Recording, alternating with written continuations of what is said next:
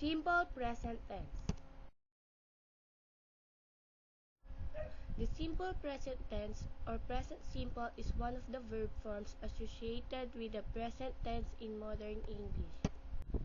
It is called simple because its basic form consists of a single word, like write or writes, in contrast with other present tense forms such as the present progressive, is writing, and present perfect, has written.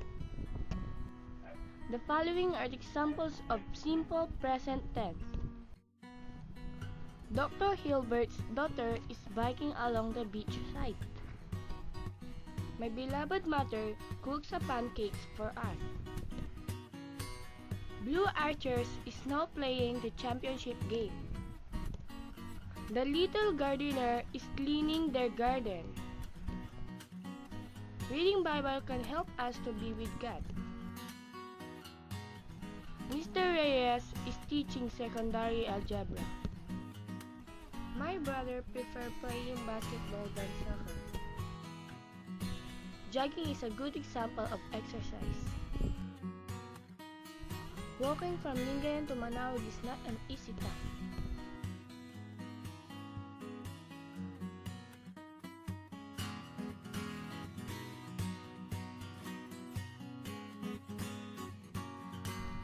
Thanks for watching my video.